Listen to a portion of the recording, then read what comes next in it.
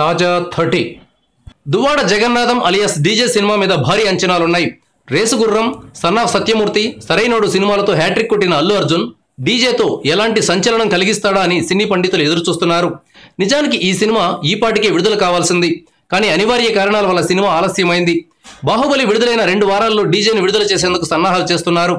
DJ cinema పంపిణీ హక్కుల కోసం బయర్లు పోటీపడినట్లుగానే శాటిలైట్ రైట్స్ కోసం ఛానళ్లు కూడా పోటీపడినట్లు తెలుస్తోంది.